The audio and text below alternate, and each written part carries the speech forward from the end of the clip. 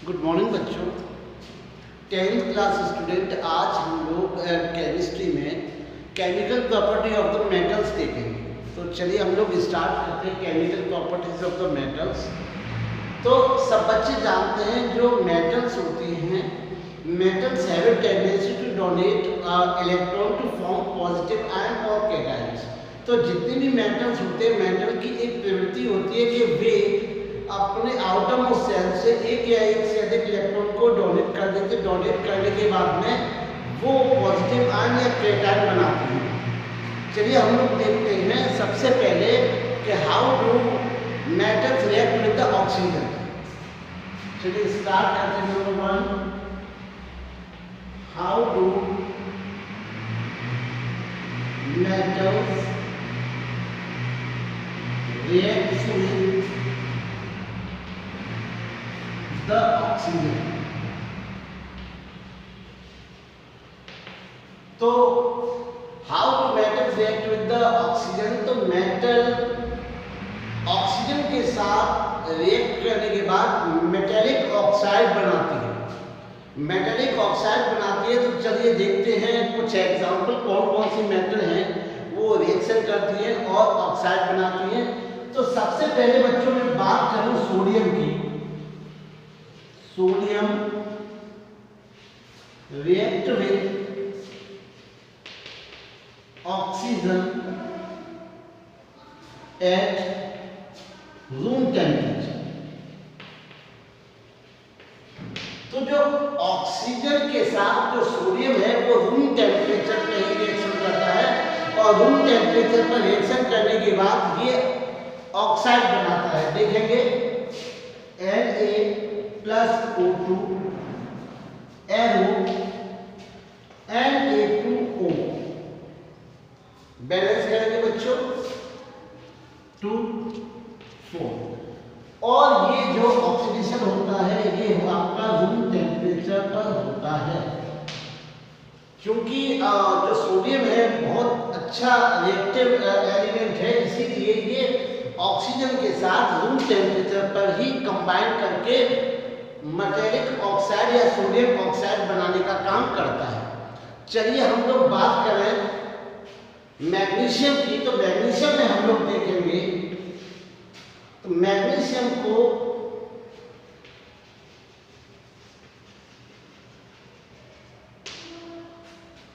थोड़ा टेम्परेचर देके गर्म करना पड़ता है। और जो मैग्नीशियम होता है, मैग्नीशियम व्हाइट लाइट के साथ, एक ब्राइट लाइट जलती है व्हाइट, जब ये बर्न होता है तो एक प्रकार की एक इन्फ्लोरेसेंस उत्पन्न होती है, जिसको एक चमक उत्पन्न होती है जब मैग्नीशियम बर्न होता है। और मैग्नीशियम बर्न होने के साथ ये आपका बनाता है मैग्नीशियम ऑक्साइड। तो देखते हैं यहाँ पर magnesium Mg react with the oxygen to produce magnesium oxide MgO।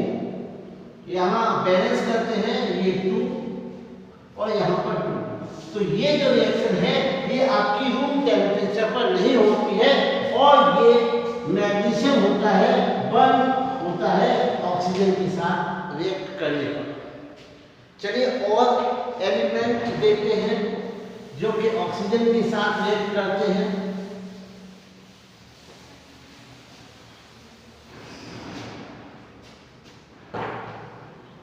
अगर मैं बात करूं जिंक की, तो जिंक भी कंटिन्यूअस लॉन्ग टाइम तक, लंबे समय तक जिंक को गर्म करना पड़ता है। जिंक गर्म करने के बाद में आसानी से रूम टेम्परेचर पर ये रिएक्ट नहीं करती है, जिंक को गर्म करना पड़ता है। तो जिंक को स्ट्रॉन्ग हीट करना पड़ता है। तो जिंक Zn+O2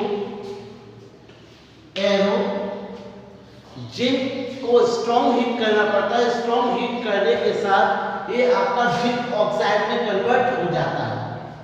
जिंक ऑक्साइड में कन्वर्ट हो जाता है। यहाँ पर ऑक्सीजन 2 और यहाँ पर 2। तो यहाँ पे 2 जिंक एटम आपके ऑक्सीजन के साथ कंबाइन करने के बाद जिंक ऑक्साइड का निर्माण करते हैं। ठीक उसी प्रकार से अगर मैं बात करूं अब करते हैं नेक्स्ट एलिमेंट की। तो जैसे हम लोग देखते हैं फेरिक या लोहा Fe+O2, ये आपका, इसको भी हमको स्ट्रॉन्ग हीट करना पड़ता है और स्ट्रॉन्ग हीट करने के बाद में ये ferrous oxide Fe3O4 iron oxide बनाने का काम करता है, जिसकी वैलेंसी 2 और 3 होती है। तो हम लोग देखेंगे यहाँ पर आयरन 3 है, ऑक्सीजन 4 है। तो इस प्रकार से हमने देखा कि जो लोहा है ये आपका आयरन को गर्म करने पर ये बर्न नहीं होता है और ये आपका आयरन ऑक्साइड में कन्वर्ट हो जाता है। चलिए और एग्जांपल हम लोग देखें। जैसे हम लोग देखें कॉपर का, तो कॉपर भी ऑक्सीजन के साथ रिएक्ट करने के बाद कॉपर ऑक्साइड बनाती है। तो ये भी आपका स्ट्रॉन्गली हीट करना पड़ता है, ये भी आपका प्रोलॉन्ग्ड स्ट्रॉन्ग हीट करना पड़ता है। तो कॉपर ऑक्सीजन के साथ कंबाइन करने के बाद बनाता है, कॉपर ऑक्साइड बनाता है। तो यहाँ हमने देखा कि जितनी भी मेटल्स होती हैं, मेटल्स ऑक्सीजन के साथ कंबाइन करने के बाद ऑक्साइड बनाती हैं। अब अगर मैं बात करूं nature of the oxide, nature of oxide, तो मैं बात करूं अगर नेचर ऑफ द ऑक्साइड की, तो जितने भी मेटेलिक ऑक्साइड होते हैं, ज्यादातर जो मेटेलिक ऑक्साइड होते हैं, metallic oxides are generally basic, यहां पर मैं एल्कली कहूंगा, इन नेचर। तो जितने भी ज्यादातर जो मेटेलिक ऑक्साइड होते हैं, मेटेलिक ऑक्साइड एल्कली नेचर में होते हैं। और अगर हम कहें कुछ ऐसे एग्जाम्पल, इसके कुछ अपवाद भी हैं, कुछ एक्सेप्शन भी हैं कि आपका एल्यूमिनियम ऑक्साइड Al2O3 और आपका जिंक ऑक्साइड, ये ऐसे दोनों, एल्यूमिनियम ऑक्साइड और जिंक ऑक्साइड दोनों एक ऐसे ऑक्साइड हैं जो कि एम्फोटेरिक होते हैं। These are the amphoteric. These are the amphoteric in nature. Amphoteric nature.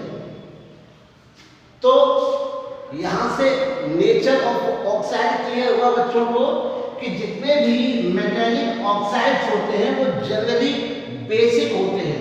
और अगर मैं बात करूं एल्यूमिनियम ऑक्साइड और जिंक ऑक्साइड की, तो aluminium oxide and zinc oxide are the amphoteric in the nature. चलिए अब मैं देखता हूं हाउ मेटल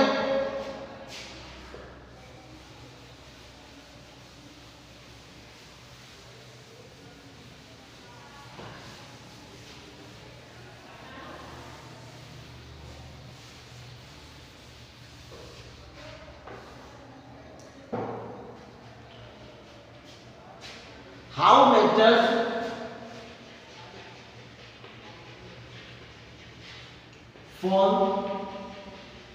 ऑक्साइड्स।